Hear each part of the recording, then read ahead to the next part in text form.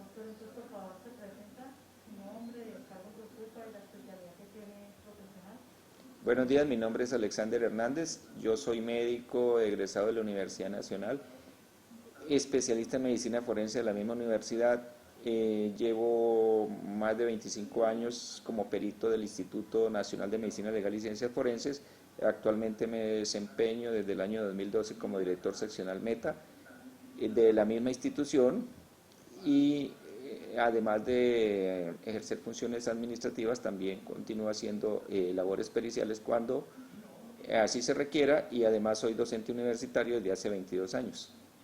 Bueno, doctor, con toda esa especialidad que tiene, ustedes, pues digamos, ya tienen la experticia para identificar los casos de violencia intrafamiliar, de maltrato infantil.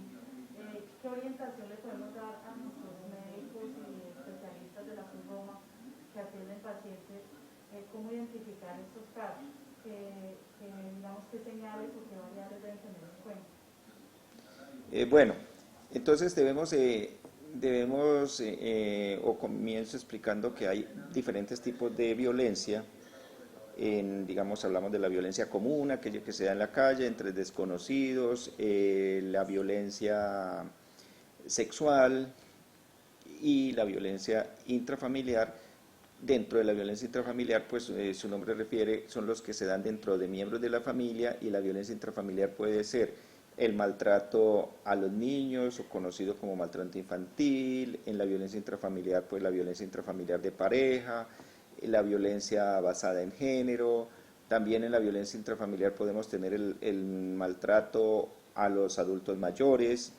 En general, cualquier tipo de violencia que se dé dentro de las dinámicas de la familia. Especialmente el maltrato infantil es una forma de maltrato intrafamiliar porque, pues, como le dije, se da dentro de la dinámica de las familias. Dentro de las familias también se da el maltrato intrafamiliar de pareja.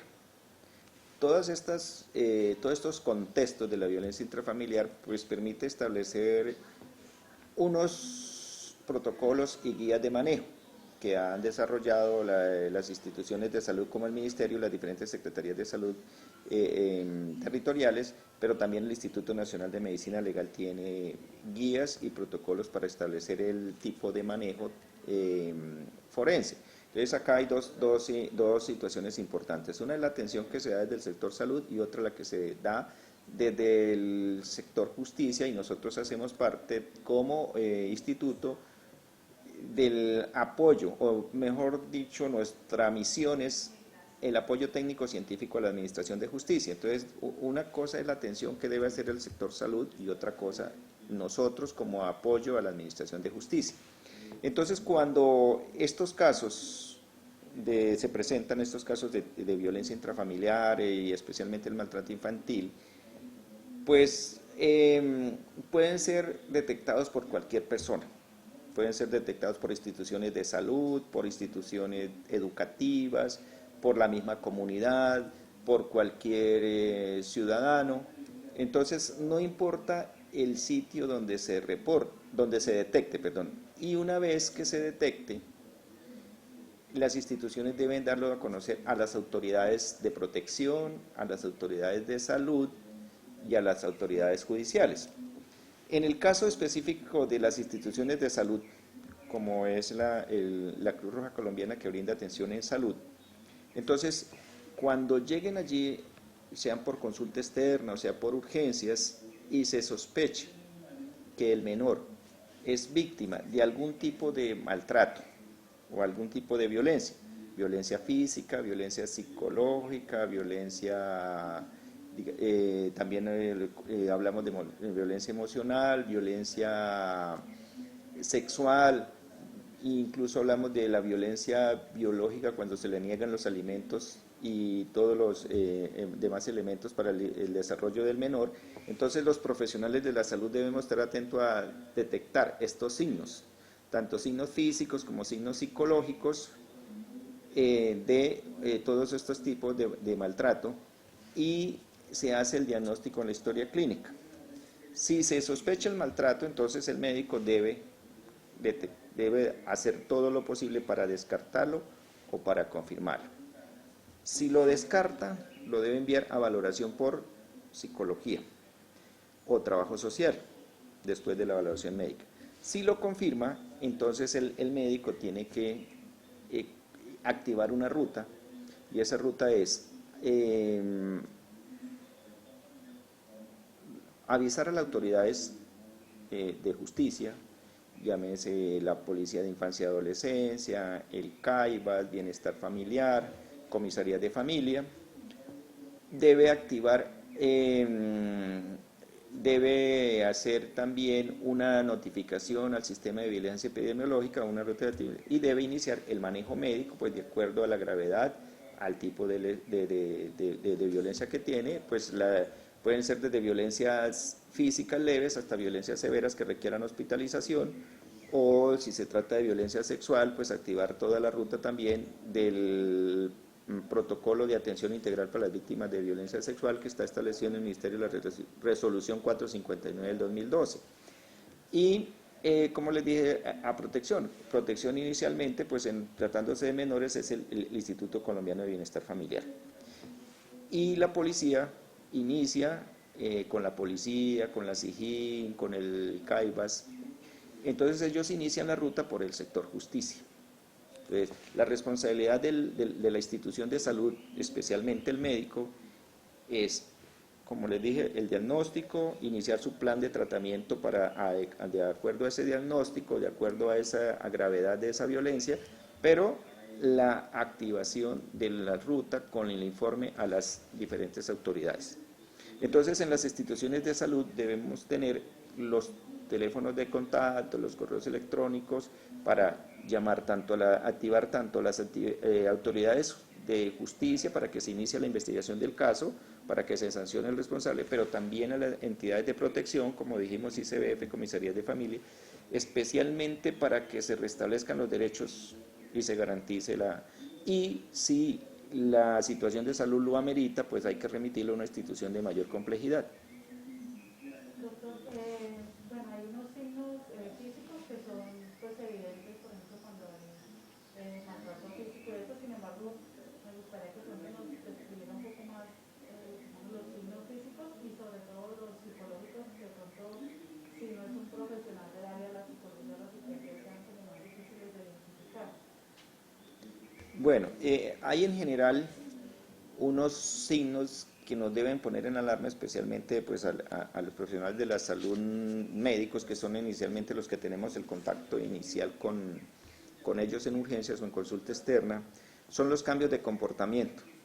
Los cambios de comportamiento del menor, que nos refieren los acompañantes, la forma en que el menor se comporta, si el menor es una persona que no quiere entablar contacto con el examinador, siente mucho miedo al contacto visual o físico con el examinador, o sea, hablamos de niños retraídos, niños demasiado ansiosos o muy miedosos con el personal de salud, y especialmente si son muy miedosos con personas como de sexo contrario.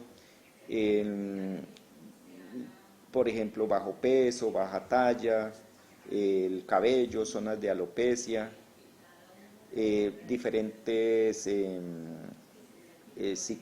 cicatrices en diferente grado o en diferente tiempo de evolución, diferente tipo de lesiones, equimos morados que no tienen una explicación o que no se corresponde con lo que el familiar aporta o lo que el niño refiere, porque a veces los niños a veces no, como vienen a consulta a veces con el mismo agresor, pues no siempre dicen lo que está ocurriendo.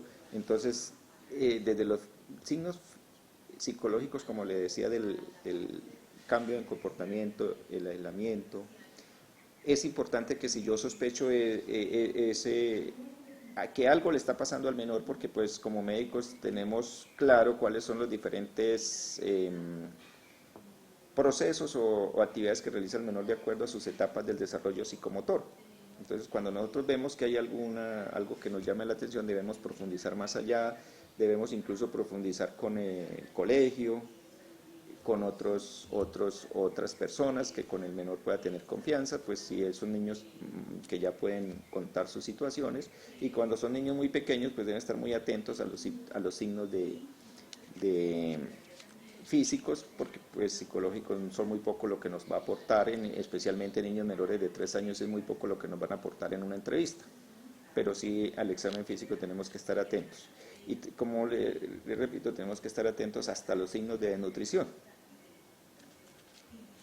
Doctor, bueno, usted nos refería que se debe activar la ruta a través de entidades local, la bienestar familiar. En ese caso, la intervención de medicina legal no es inmediata, sino posteriormente se le solicita alguna valoración por médico legista o algo así. Sí, entonces la institución de salud no nos solicita a nosotros la intervención. Nosotros intervenimos cuando las autoridades de justicia o de protección nos solicitan esa valoración. A veces no siempre es necesario que nos tengamos la valoración, pero como les dije, nosotros actuamos por solicitud de una autoridad competente y en este caso somos auxiliares de la Administración de Justicia, son todas las entidades de justicia especialmente, pero también algunas entidades de protección tienen funciones de policía judicial, nos pueden solicitar valoraciones como por ejemplo las comisarías de familia y el bienestar familiar. Entonces, el del sector salud informan a las de justicia. En justicia valoran si ese informe del médico, si esa historia clínica es suficiente o se requiere una ampliación de un concepto forense y no lo solicitan de esa manera.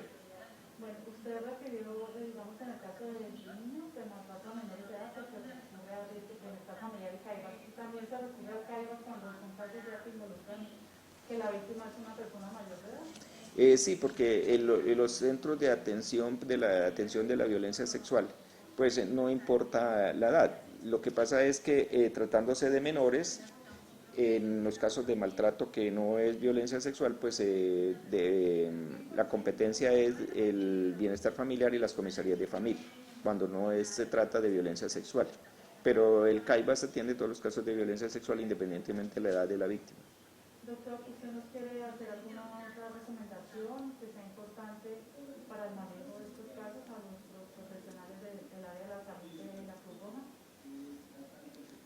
Bueno, yo pienso que, como les decía, una vez que se sospecha el diagnóstico, se debe hacer todo lo posible por todos los medios diagnósticos paraclínicos para confirmar nuestros diagnósticos y, como les dije, hacer la notificación y tener presente que si el caso es en la noche pues ahí estamos el Centro de Atención de Emergencias del Bienestar Familiar, tenemos la URI, tenemos la Policía de Infancia y Adolescencia. Y en el día, pues hay instituciones como el CAIBAS, como las comisarías de familia, como los centros zonales.